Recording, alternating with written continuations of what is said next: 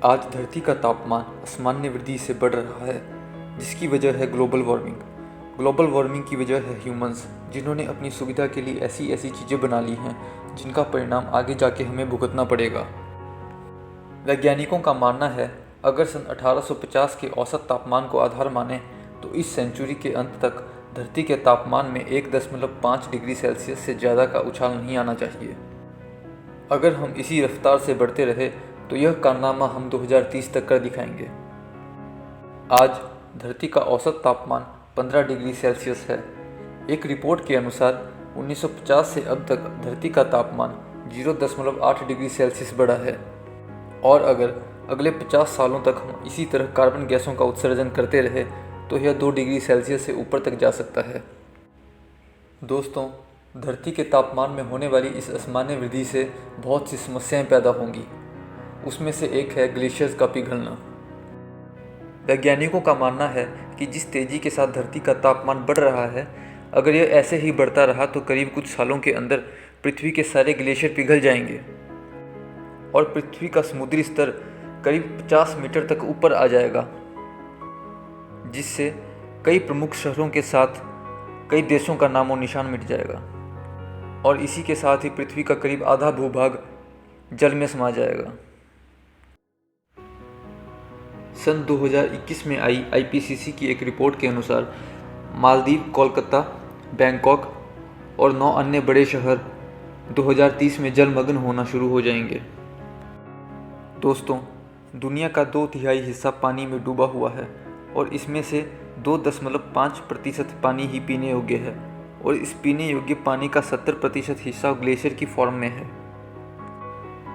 दोस्तों, भारत की सबसे पवित्र नदी गंगा उत्तराखंड में गंगोत्री ग्लेशियर से निकलती है और बे ऑफ बंगाल में समुद्र से मिलती है और इसी तरह दुनिया में बहुत सी नदियाँ ग्लेशियरों से निकलकर समुद्र से मिलती हैं,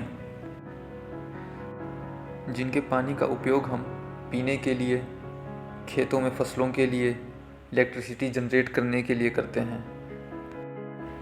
तो दोस्तों, तापमान बढ़ने की वजह से ग्लेशियर पिघलेंगे, जिससे समुद्र का जल स्तर बढ़ेगा और धरती का बड़ा भूभाग जल में समा जाएगा।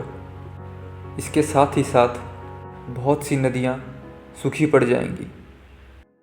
ग्लेशियर के तेज़ी से पिघलने से धरती का इकोसिस्टम भी प्रभावित होगा और इसका इंसानों के अलावा दूसरी बहुत सी प्रजातियों पर बुरा असर होगा। ताज़े पानी के ये भंडार धरती के लिए बहुत महत्वपूर्ण हैं। इन्हें बचाने के लिए बड़े कदम उठाने होंगे। दोस्तों, दुनिया के बहुत से देशों के साथ साथ भारत ने भी बढ़ते तापमान को नियंत्रित करने के लिए कुछ टारगेट सेट किए हैं। जैसे इंडिया अपनी नॉन फॉसिल एनर्जी कैपेसिटी को 2030 तक 500 गीगावाट तक बढ़ा देगा और अपनी 50% एनर्जी रिक्वायरमेंट को 2030 तक रिन्यूएबल एनर्जी से पूरा करेगा। इंडिया की सेंट्रल इलेक्ट्रिसिटी अथॉरिटी के हिसाब से इंडिया 2019 में नॉन फॉसिल एनर्जी से 134 गीगावाट इलेक्ट्रिसिटी प्रोड्यूस कर रहा था, जिसे 2030 में 522 गीगावाट तक बढ़ा दिया जाएगा। इसमें सोलर एनर्जी 280 गीगावाट और विंड एनर्जी 140 गीगावाट का शेयर रखेंगे, जिसके बाद इंडिया की टोटल इंस्टॉल्ड कैपेसिटी 1817 गीगावाट हो जाएगी। दोस्तों, centre for science and environment के अनुसार इंडिया 2030 तक के प्रोजेक्टेड कार्बन एमिशन को 1 बिलियन टन तक घटा देगा। 2021 में इंडिया का CO2 एमिशन 2.88 बिलियन टन था। 2010 से 2019 के average increase in carbon emission को देखें तो 2030 तक India 4.48 billion tonne CO2 environment में एमिट करेगा, लेकिन ESE के अनुसार इसे हम 22% घटाकर 3.48 बिलियन टन से ऊपर नहीं जाने देंगे। दोस्तों, सरकार के प्रयासों के साथ हमें अपने लेवल पर भी कुछ कदम उठाने होंगे। कार्बन उत्सर्जन नियंत्रित करने के लिए पेड़ बहुत आवश्यक हैं। एक वृक्ष अपने जीवन काल में लगभग 1 टन CO2 एब्जॉर्ब कर लेता है और एनवायरनमेंट में ऑक्सीजन की सप्लाई करता है। तो दोस्तों, पेड़ कम काटें और जितना हो सके उतने पेड़ लगाएं। नदियों में वेस्ट मटेरियल ना फेंकें, क्योंकि ये नदियाँ समुद्र में मिलती हैं और 70% ऑक्सीजन समुद्र ही हमारी धरती को प्रोवाइड करते हैं।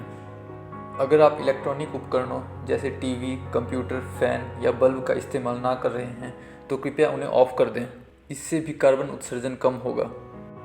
दोस्तों, वैसे व्हीकल इंसान अपने कंफर्ट के लिए ही लेता है, लेकिन कोशिश करें रोज़ सुबह जब आप अपने कॉलेज या ऑफिस जाएं तो आप पब्लिक ट्रांसपोर्ट का इस्तेमाल ही करें। प्राइवेट व्हीकल का इस्तेमाल आप परिवार के साथ बाहर जाने में कर सकते हैं। पानी गर्म करने में भी बहुत इलेक्ट्रिसिटी वेस्ट हो जाती है, तो नहाने या कपड़े धोने के लिए ज़रूरत से ज़्यादा पानी गर्म ना करें। दोस्तों, प्रोडक्ट्स की ज़्यादा पैकेजिंग को अवॉइड करें। इससे लगभग 10% गार्बेज रिड्यूस होगा और हमारे एनवायरनमेंट में 500 kg कार्बन कम एमिट होगा। दोस्तों, वक्त अब इन पॉइंट्स को इग्नोर करने का नहीं, बल्कि अपने लाइफस्टाइल में इंक्लूड करने का है।